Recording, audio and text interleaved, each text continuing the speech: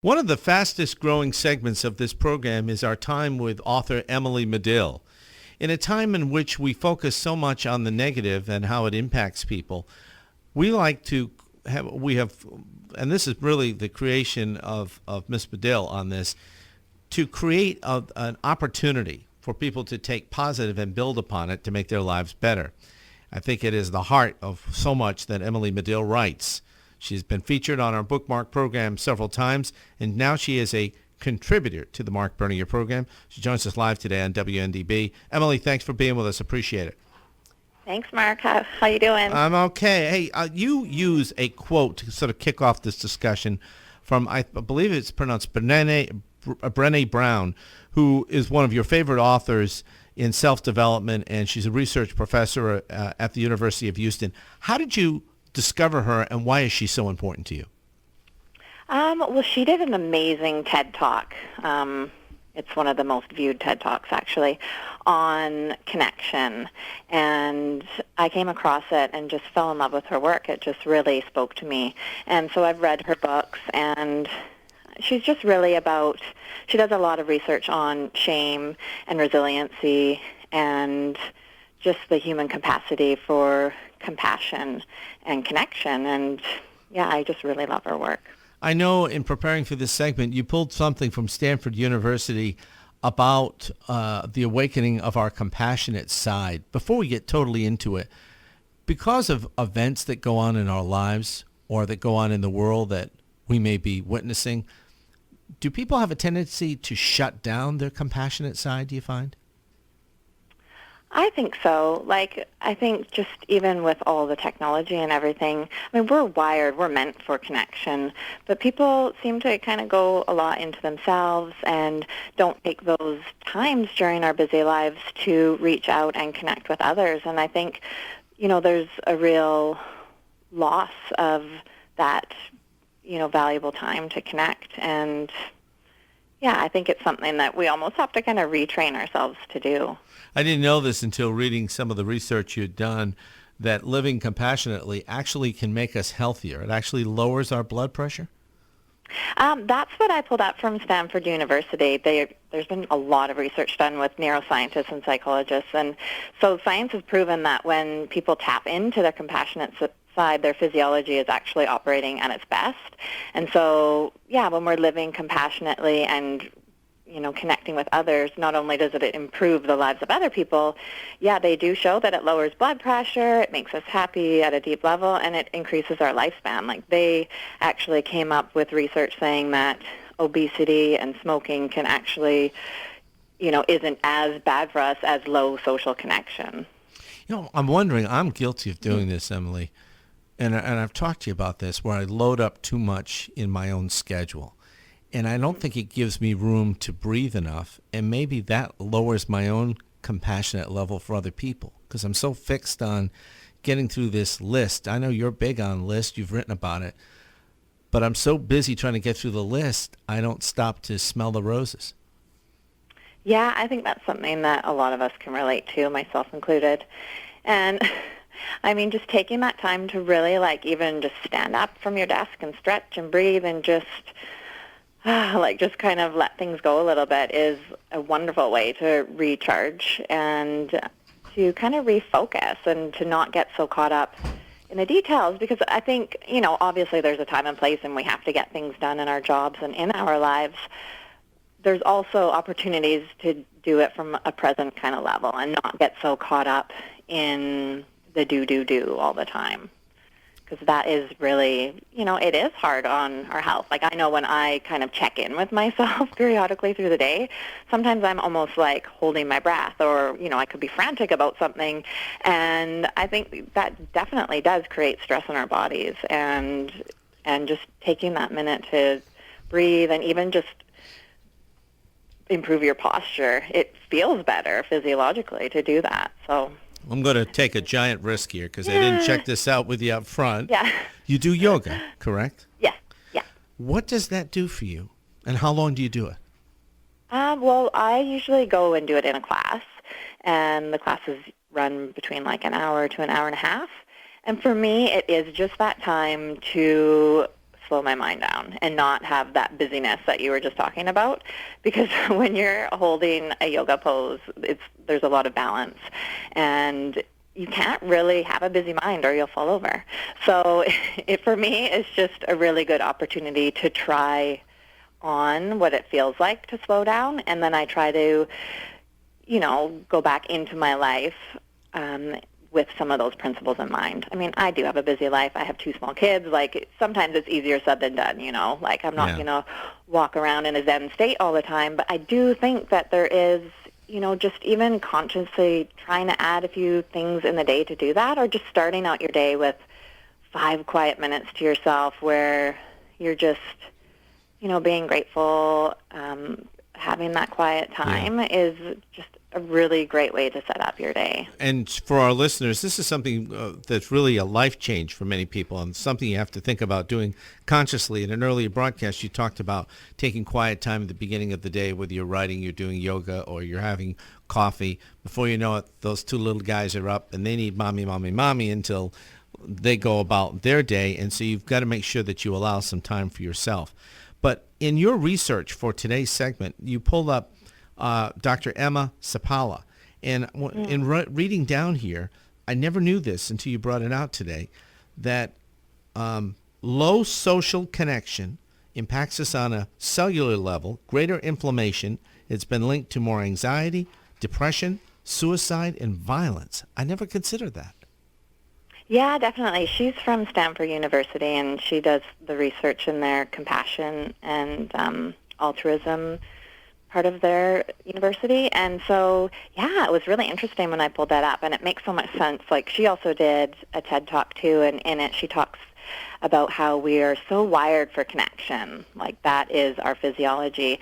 And she made an interesting, she had an interesting example where she talks about how we constantly resonate and mirror what is going on with others, like it's something innate, like we all do it. And she's a scientist as well. And so when we observe somebody, internally we mirror them. And if you think about that, Mark, like when you walk into a room and if you saw somebody, even a stranger, with a big frown on their face and they look up sad and they're sad, like it automatically activates the micro muscles in you for frowning. And the same is true when you come across somebody who's happy and comes into a room and has a big smile. Like, you can't help but kind of have that smile, and it might not be right away, it might be later, but, we are connecting all the time. And so her study, too, just said that there was a national study done in the USA, and there is a huge increase in loneliness in the USA. And what she came across is that the number one reason people seek therapy today is because of loneliness. And it's just so interesting because, and I think that is because it's something that we're wired for. We're meant to be connecting with other people and taking those opportunities throughout our day to connect. And if we're, like you said, you're got your head down, you're busy on your list, like you're not even looking up to breathe or to do whatever, well, imagine what that would do to you, doing that over and over for days on end. Like, it's not healthy. And I think there are opportunities to, get up from your desk and, chat with a coworker or whatever. Like, it will actually increase your productivity as opposed to, make you, take away time from your work. So, it's just interesting to see the science behind it all because it actually is just kind of, it makes sense to me. It's common sense that we would need to do all of those things. And, seeing the science to back it up just really makes it hit home that much more. Emily, I don't know if this is part of the study, but let me introduce this to you. I've noticed that even in my own walk in this life, that eye contact in specific ways is so very important, and it does trigger compassion with the other side. And let me demonstrate to you. If I'm speaking to someone, I've had to actually retrain myself to make sure that I'm focused on them and not everything else going around me, because I'm one of those ADD people that looks at everything around. Focus on them, into their eyes. I get a much better response from the person that I am communicating with when I stop and I really look into their eyes when I'm talking to them. You've experienced this, I'm sure, correct? Am I onto something Absolutely. here or am I way and off? I have small kids, and that's something that we talk about too. Like, if you're talking to somebody, we actually have to remind them, like, make sure you look at them, look into their eyes, like, and it is so important. I mean, other people, we all want to. Like, if I was in a room talking to you right now and you were looking down at your iPhone or looking out the window, like, I wouldn't be able to help but feel, a little bit down about that. Like, people want to feel seen. They want to feel that they're important enough to have your attention if you're having a conversation. And those are the kinds of opportunities where you can create those deeper connections with other people and to really have that uplifting moment, and carry that through your day. So eye contact, yeah, I'm a total fan of eye contact for sure, Mark. I started journaling at the end of the year. How does journaling enter into this? Because it's a good way not only for self-reflection, but maybe to give you another sense of purpose. Yeah, I think so. For me, I think it's great to have my thoughts down on paper and to even make a list of the things that I'm grateful for. It's just kind of giving that intention, writing it down seems to really help for me.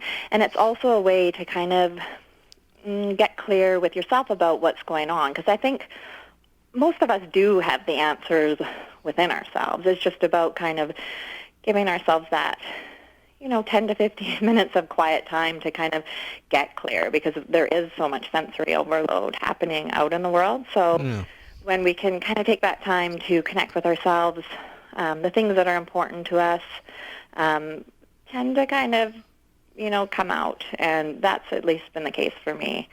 And, I just think it's an easy, simple thing to do, really. I mean, it doesn't have to be a fancy journal. You could do it on Post-it notes or type it on your iPad or whatever. But you talk about getting outside and connecting with nature, and I know you do this in your part of the world, and I think sometimes we take for granted what we have here. In Daytona Beach, Emily, there's a beautiful beach, and I find that I do some of my best creative thinking when I'm on that beach looking at the ocean, which it's going to sound overly simplistic, but I've been somehow able to come up with very creative ideas just from spending a few minutes looking at the ocean. Any idea why that happens? It probably happens for everybody or maybe only a few people, but why is that so important? Because now I'm starting to realize how important it is. I agree too, and same for me. Like, I like to run outside and get outside with my kids, and when I'm alone outside, it's totally that time. And I think what it comes down to is just having that fresh air. You're breathing more, you're kind of taking things in, and you're just more present. And I think that's really what it comes down to, is when we're present and we're a little bit quieter in our minds and don't have all of those things going on, the ideas can kind of flow in a little bit easier. And, what's important to us is kind of at the forefront. And, all of the noise and nonsense and things going around us that aren't important aren't really there when you're outside, gazing at a view or appreciating the simple things in life. We're talking with Emily Madill about connection and compassion, how it relates to happiness. Two final things before we go. You write, surround yourself with people who see you and can laugh with you and want you to succeed. That's so important. When you're around people that are negative, it draws away from you. But you can be recharged by those people who will laugh with you. Yeah, Mark, I think that's so important, is to, I think I love the saying, we are what we eat, and I think the same is true about who we share space with on a regular basis. We can start to become like them. So, be careful who you choose to spend a lot of time with, and, connect with those people that really know you and love you and want to see you win in life. I think it's nice to have a few cheerleaders on your side and people that, know your heart and know what you're up to and really genuinely want to see you win in life. I think it's a huge support in, getting through the different obstacles that can come up. And the other is that you've written that if you're in a job that you don't like, make sure that at least you're engaged in some hobbies that ignite your passion. It's been said, well, anybody who thinks that they're supposed to be happy all the time, they don't get it. Nobody is saying that. But if you're in something that doesn't fulfill you and it's your way of producing income for your family, make sure that you make time for those things that are passionate in your life as well. To give you balance, is that why?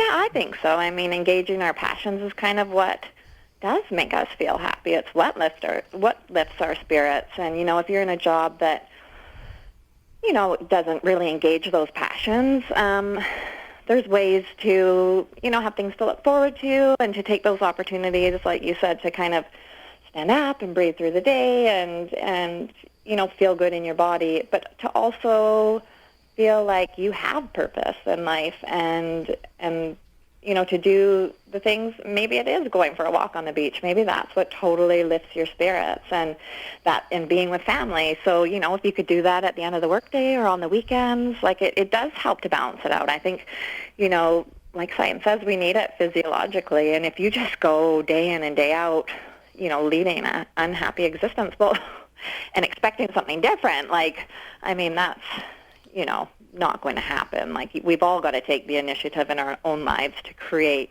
those opportunities for passion to unfold, for happiness to unfold, and, make it a priority, because it is a part of our health. And, so I think it's a really important thing to do. And if maybe if you approach it that way, that it's, integral and imperative to your health, maybe more people would give themselves permission to, take some time at the end of the day for themselves to do the things that really recharge them.